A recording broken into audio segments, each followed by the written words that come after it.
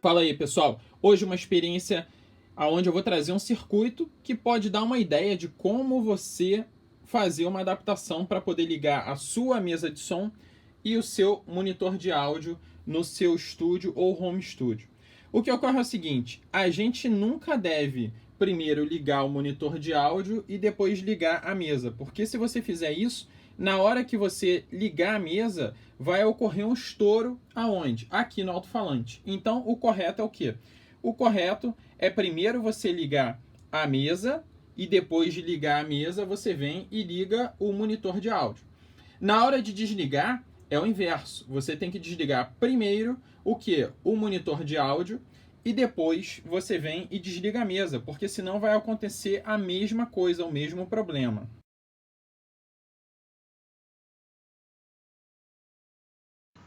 Bom, aqui eu tenho o circuito. Vocês podem observar que o circuito ele possui dois blocos, né? Tem esse bloco aqui que eu chamei de mesa de som e esse bloco aqui que eu chamei de monitores de áudio. Aqui eu tenho um relé, onde o relé vai acionar diretamente a tomada, né? Eu não fiz o desenho dessa parte do circuito, mas aqui é como se tivesse uma tomada ligada aqui no relé, no 127 volts ou no 220, onde esse relé vai acionar o monitor, e a mesma coisa aqui do lado da mesa de som, onde esse relé vai acionar a mesa de som.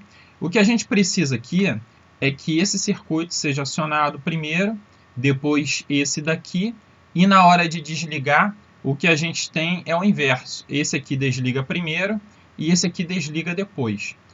Esse aqui é tão somente um dos circuitos que eu fiz, né? É o circuito aqui mais simples que eu desenhei, para que eu possa também trazer outros conceitos envolvidos aqui nessa explicação.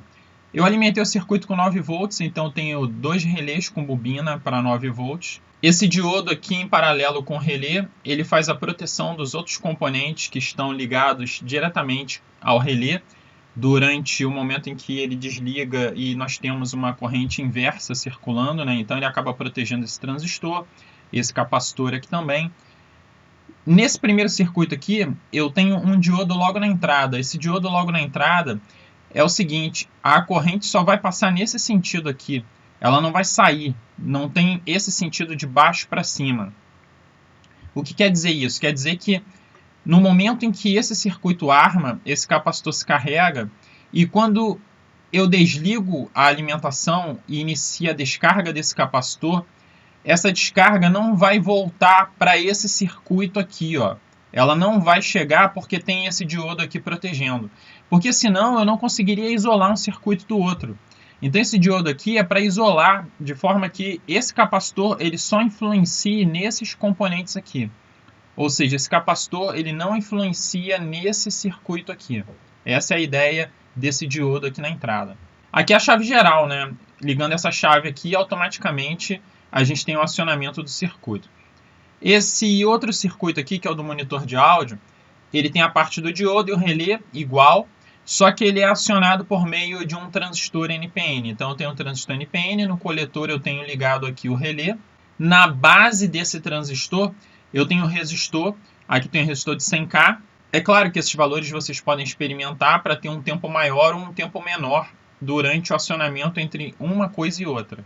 E aqui eu tenho um capacitor que, obviamente, pode, dentro dessa questão, se experimentar bastante. É um capacitor de 470 microfarads eletrolítico, aonde a ideia dele é quando a gente aciona a chave, nós temos inicialmente a carga do capacitor e até o momento em que o capacitor atinge uma determinada carga, a corrente não se torna grande o suficiente para passar pelo transistor e acionar o relé. Ou seja, eu tenho um atraso com esse capacitor aqui. Eu tenho um atraso que leva a uma demora no acionamento desse circuito, desse relé. Já esse daqui, ele aciona imediatamente na hora em que eu aciono essa chave. Eu liguei a chave, automaticamente o relé já vai ligar e tem a carga do capacitor. Então esse aqui é o primeiro a ser acionado, carrega o capacitor. Esse aqui é o segundo, onde demora para ser acionado por conta aqui do circuito com o capacitor. Ou seja, esse ligou primeiro, esse ligou depois. E na hora que eu desligo a chave, o que acontece? Esse aqui vai desligar imediatamente, esse aqui, porque eu interrompi a corrente que vinha para esse circuito. Porém, esse outro aqui, Na hora que eu desligo, o capacitor ele começa a se descarregar e vai se descarregando em cima desse relé, enquanto esse capacitor, que é um de valor bem elevado, 4.400 microfarads, ou seja, pode colocar em paralelo aí, dois capacitores de 2.200 microfarads, enquanto esse capacitor estiver cedendo cargas para esse relé vai se manter acionado. Então, o que eu tenho aqui? Liguei, no momento que eu ligo, esse daqui já liga inicialmente. Fechou esse. Agora, tão somente fechou esse outro contato, tá? Na hora que eu vou desligar a chave, nós temos o inverso. Esse aqui vai desligar e depois esse vai desligar. Então, desliguei, desligou esse daqui e só tempos depois desliga esse. Exatamente da forma que a gente precisa. Então, mais uma vez, vou ligar, esse aqui vai ligar e depois vai ligar esse. Vou ligar a chave geral. Foi? Foi. E aí foi o que eu falei, a gente pode colocar os valores dos capacitores, né, para que a gente tenha uma atuação diferente do circuito. Nesse circuito aqui, o que eu fiz foi o seguinte, eu tão somente coloquei dois instrumentos aqui, 2 microamperímetros aqui nessas posições. Um deles está em série com o capacitor eletrolítico e o outro está aqui em série com a base do transistor. O que eu quero mostrar é que na hora que eu ligo a chave, esse capacitor ele começa a se carregar, ou seja, a gente tem uma corrente circulando aqui, e a corrente por aqui é muito pequena, até o momento em que esse capacitor começa a atingir o máximo da sua carga. Nessa hora, a corrente aqui diminui e aqui começa a se acentuar. E a partir daí a gente vê a associação do capacitor fazendo esse processo aí de retardo no acionamento desse relé. Então, ó, eu vou ligar.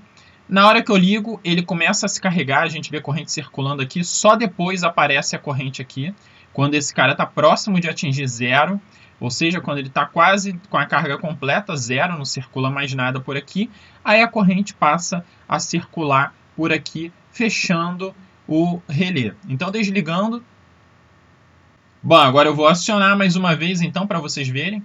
Reparem que essa corrente aqui, ela vai começar a subir, e essa daqui vai ficar zero e depois ela começa a subir mais rapidamente quando esse aqui começa a se aproximar de zero, essa corrente. Então, lá vai, 1, 2, 3, foi. Então, viram o funcionamento? Essa é a questão da explicação envolvendo o capacitor aqui com o retardo. A corrente passa a circular por aqui, ela circula em pouca intensidade por aqui, tão somente no momento em que esse capacitor vai atingindo o máximo da sua carga. E agora eu vou fazer um circuito um pouco mais elaborado, onde eu vou colocar um transistor também nessa outra parte aqui, mostrando que poderíamos fazer também com o uso do transistor aqui nessa parte que aciona a mesa de som. Vamos lá. Então, olhando esse circuito da esquerda, a gente vê que ele é igual ao circuito anterior, né?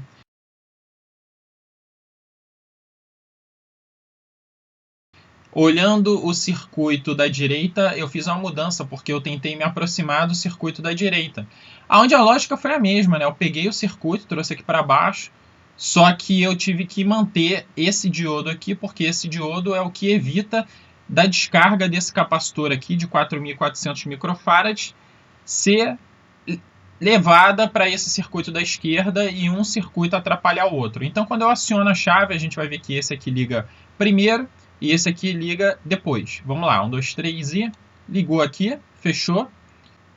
Só tempos depois esse outro relé é acionado. Na hora de desligar é o inverso.